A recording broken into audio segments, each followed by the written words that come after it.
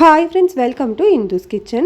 இன்னைக்கு நம்மளோட கிச்சன்ல வெனிலா ஸ்பாஞ்ச் கேக் முட்டை அவன் யூஸ் பண்ணாம எப்படி செய்யறதுன்னு பார்க்கலாம்.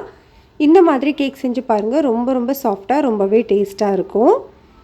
இதை செய்யறதுக்காக ஃபர்ஸ்ட் நம்ம கேக் பாத்திரத்தை ரெடி பண்ணிக்கணும். நான் இன்னைக்கு இந்த மாதிரி ஒரு பிரெட் லோஃப்ல தான் நான் இந்த கேக் பண்ண போறேன். ஃபர்ஸ்ட் உள்ளுக்குள்ள நல்லா எண்ணெய் அப்ளை பண்ணிட்டு அது மேல மைதாவை டஸ்ட் பண்ணி வச்சிருக்கேன். நீங்கள் மைதா டஸ்ட் பண்ணுறதுக்கு பதிலாக பட்டர் பேப்பர் இருந்தால் உள்ளே அதை வச்சு கூட கவர் பண்ணிக்கலாம். அது தனியாக இருக்கட்டும். அடுத்தது மாவு ரெடி பண்ணிக்கலாம். ஒரு பவுலில் அது மேலே ஒரு சலடை வச்சுட்டு மெஷரிங் கப்பில் 2 கப் அளவு மைதா மாவு சேர்த்துக்கலாம். இது கூட 2 டீஸ்பூன் அளவு பேக்கிங் பவுடர் சேர்த்துக்கோங்க. கூடவே 1 டீஸ்பூன் அளவு பேக்கிங் சோடாவும் சேர்த்துக்கலாம்.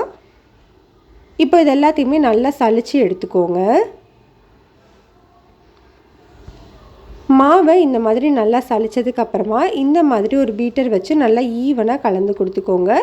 இப்படி பண்ணும்போது தான் நம்ம சேர்த்துருக்கிற பேக்கிங் பவுடர், பேக்கிங் சோடா எல்லாமே நல்லா எல்லா மாவுலேயும் ஈவனாக கலந்து வரும்.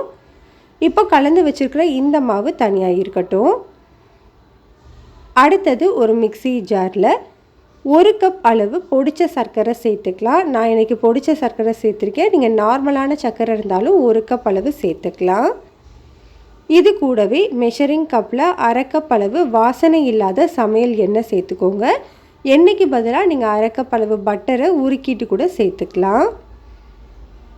இது கூடவே 1/2 கப் அளவு காய்ச்சி ஆற வச்ச பால் சேர்த்துக்கோங்க. இப்போ இது கூட 1 கப் அளவு கெட்டியான புளிக்காத தயிர் சேர்த்துக்கலாம். 1 கப் தயிர் வேண்டாம்னு நினச்சிங்கன்னா 1/2 கப் தயிர் கூடவே 1 டேபிள் ஸ்பூன் லெமன் ஜூஸ் கூட சேர்த்துக்கலாம். இது கூட 1 டீஸ்பூன் அளவு வெனிலா எசன்ஸ் சேர்த்துட்டு இதை நல்லா ஸ்மூத்தாக அரைச்சி எடுத்துகிட்டு வந்துடலாம். இப்போ பாருங்கள், நான் அரைச்சி எடுத்திருக்கேன். இந்த அளவுக்கு நல்லா ஸ்மூத்தாக அரைச்சிருக்கணும். இப்போ இது தனியாக இருக்கட்டும். இப்போ நம்ம ஏற்கனவே சளிச்சு வச்சுருந்தோம் இல்லையா, அந்த ட்ரையான மிக்ஸ் எல்லாமே அந்த கலவையோட நம்ம இப்போ அரைச்சி வச்சுருக்கிற வெட் இன்க்ரீடியன்ஸையும் சேர்த்து இந்த மாதிரி ரொம்ப அழுத்தம் கொடுக்காம ஈவனாக ஹேண்ட் பீட்டர் வச்சு மிக்ஸ் பண்ணிக்கோங்க. இப்போ நான் மாவு எல்லாமே மிக்ஸ் பண்ணி எடுத்திருக்கேன் பாருங்கள். இந்த அளவுக்கு நல்ல ஸ்மூத்தான மாவாக ஒரு ரிப்பன் கன்சிஸ்டன்சியில் இருக்கணும். இதுதான் கரெக்டான பக்குவம். அதாவது நம்ம ரெடி பண்ண ட்ரை இன்க்ரீடியன்ஸையும் வெட் இன்க்ரீடியன்ஸையும் மிக்ஸ் பண்ணிங்கனாலே உங்களுக்கு கரெக்டாக இந்த கன்சிஸ்டன்சியில் கிடச்சிரும்.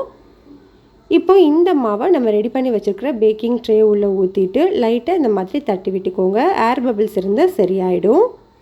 இப்போ கேக்கை பேக் பண்ணுறதுக்காக இந்த மாதிரி ஒரு அகலமான பாத்திரத்துக்குள்ளே ஒரு சின்ன தட்டை தலைகீழ திருப்பி வச்சுருக்கேன். இதை ஒரு 10 நிமிஷம் முன்னாடியே ஹீட் பண்ணி தான் வச்சுருக்கேன்.